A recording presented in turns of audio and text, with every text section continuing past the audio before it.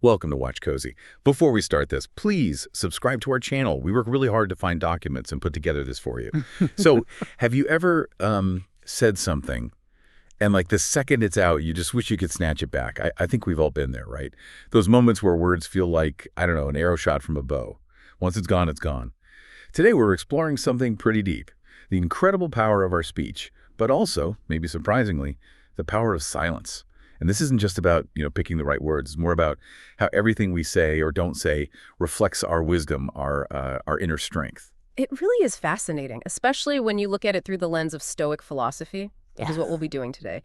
See, for the Stoics, speech wasn't just noise. It was a direct reflection, a mirror to our intellect, our judgments, our core values. And they had some really insightful, sometimes kind of counterintuitive ideas about when a truly intelligent person chooses silence, or at least holds back certain kinds of talk. Okay, so that's our goal today then. We want to explore, 5 specific situations where, according to these Stoic ideas, an intelligent person practices that kind of restraint in how they communicate.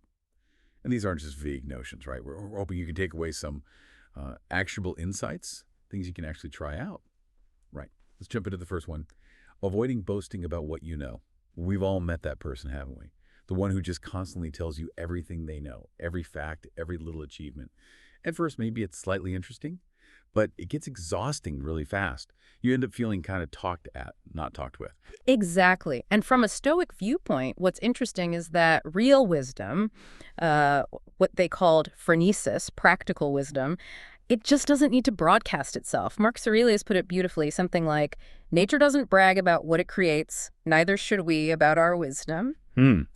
See, for a Stoic, boasting often comes from a mistake in judgment, thinking that, getting praise for knowing stuff is the main goal. But the real good for them lies in your own virtuous actions, your character, what they called prohairesis. So humility isn't about pretending you don't know things. Not at all. It's more about having an accurate picture of yourself.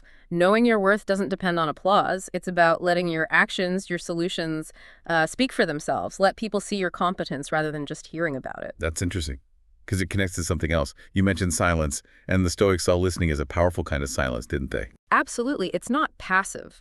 Active listening, really engaging with what someone else is saying, it's a sign of confidence. It shows you're secure enough in your own understanding that you don't need to dominate the conversation. Plus, you're practicing the virtue of, justice, really. Giving the other person respect. And honestly, it's the best way to learn. Right. You learn more by listening than by waiting for your turn to talk.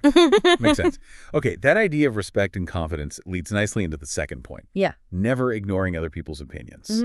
And I think we've all felt that sting, right? When you're trying to share an idea and you just feel dismissed, like before you even finish. Yeah, it's a terrible feeling. It makes you doubt yourself, makes you feel unheard. And connecting this back to Stoicism, true wisdom just doesn't have room for that kind of intellectual arrogance. Marcus Aurelius nailed it again. You cannot learn what you think you already knew. If you immediately shut down someone else's view, you're basically closing yourself off. You miss chances for creativity, for connection, for challenging your own assumptions. So listening, even if you disagree, shows respect. Exactly. It shows you're open to finding truth wherever it might be. It doesn't mean agreement, just openness. Respect for the other person's perspective and the process of dialogue itself. Okay, so avoid boasting, listen actively, don't dismiss others. What's number 3? Number 3 is about avoiding unnecessary complaining. The constant complainer. We definitely all know one of those. The person who finds fault with, everything. Work, the weather, the traffic, the coffee. It just drains the energy out of the room, doesn't it? And it never seems to actually fix anything. Precisely. And this hits a really core Stoic idea, the dichotomy of control. Basically, Stoicism tells us to focus our energy only on what we can actually control. Our thoughts, our judgments, our reactions. Marcus Aurelius taught, you have power over your mind, not outside events. Realize this and you will find strength. So, complaining about things you can't control, like the weather, or what someone else did, it's not just pointless. It actually makes you feel more helpless.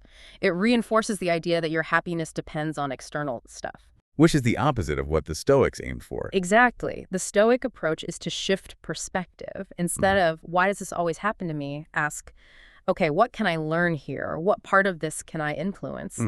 Every challenge, even just annoying stuff, becomes a chance to practice patience or resilience or, Yeah. finding a constructive solution. Complaining just blinds you to those opportunities.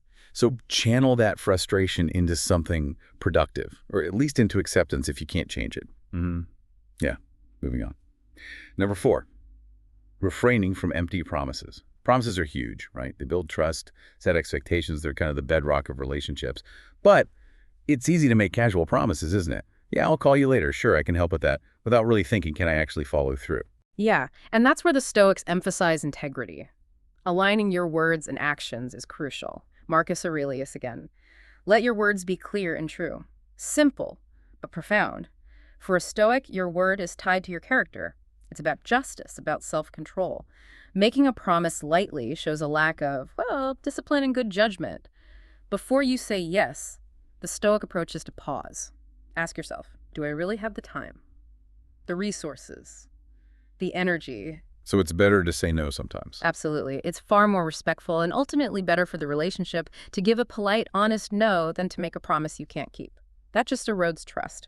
And if circumstances change, if you can't keep a promise you made in good faith, then the Stoic thing to do is address it head on.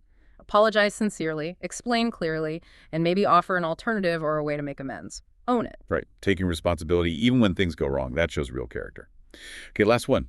Number 5, not oversharing future plans. This one feels a bit different. I mean, it's natural to be excited about your goals, right? Wanting to tell people about the new job or the project you're starting. It is natural, yeah.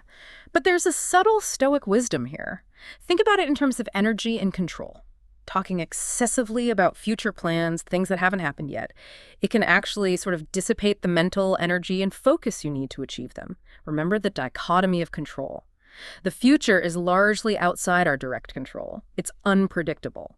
So, relying on external validation for something that's still just a plan, it sets you up for disappointment if things change, which they often do. So it's like Yeah. talking about it gives you a premature sense of accomplishment. Kind of. And there's also the Stoic virtue of letting your results speak for themselves. Focus your energy on the doing, on the present actions you can control. Plus, oversharing can invite unsolicited advice, maybe even criticism that can sometimes dampen your own enthusiasm or distract you. It introduces external noise when you might need internal focus. So it's about conserving that inner drive and focus, letting the actions happen first. That's really interesting. It is. It all ties back to this core idea. Mastering speech and silence isn't just about sounding smart or being polite. It's about understanding that what you say, and crucially what you don't say, is a fundamental reflection of who you are. Your judgments, your values, your self-discipline. Okay, so wrapping this up, what's the big takeaway for someone listening? We've gone through these 5 areas: avoiding boasting, truly listening, not complaining needlessly, honoring promises, and being careful about sharing future plans. How can someone apply this? Well, I think it starts with reflection, just noticing your own habits. How often do you boast, even subtly? Do you truly listen or just wait to talk? How much energy goes into complaining versus solving? Are your promises solid? Do you talk more about plans than you act on them? So it's about self-awareness first. Definitely. And then starting small, maybe pick one area. Try to consciously practice, say, more active listening this week. Or catch yourself before launching into a complaint about something you can't change. It's about making your communication more intentional, more aligned with the kind of person you want to be. Right, and maybe enhancing relationships, sharpening focus, finding a bit more inner calm. That's absolutely the potential outcome. Greater tranquility, stronger connections, more effective action. Okay, so here's a final thought to leave you with this week. Pay attention to your own speech over the next few days. How much of it feels reactive, maybe impulsive, or even driven by needing others to think a certain way about you? And contrast that with speech that feels truly intentional, purposeful, rooted in your values. And consider, too, the power of the unspoken. What might you gain in focus, in relationships, and achieving your goals by sometimes choosing silence, by speaking less, but with more weight and purpose? Something to think about.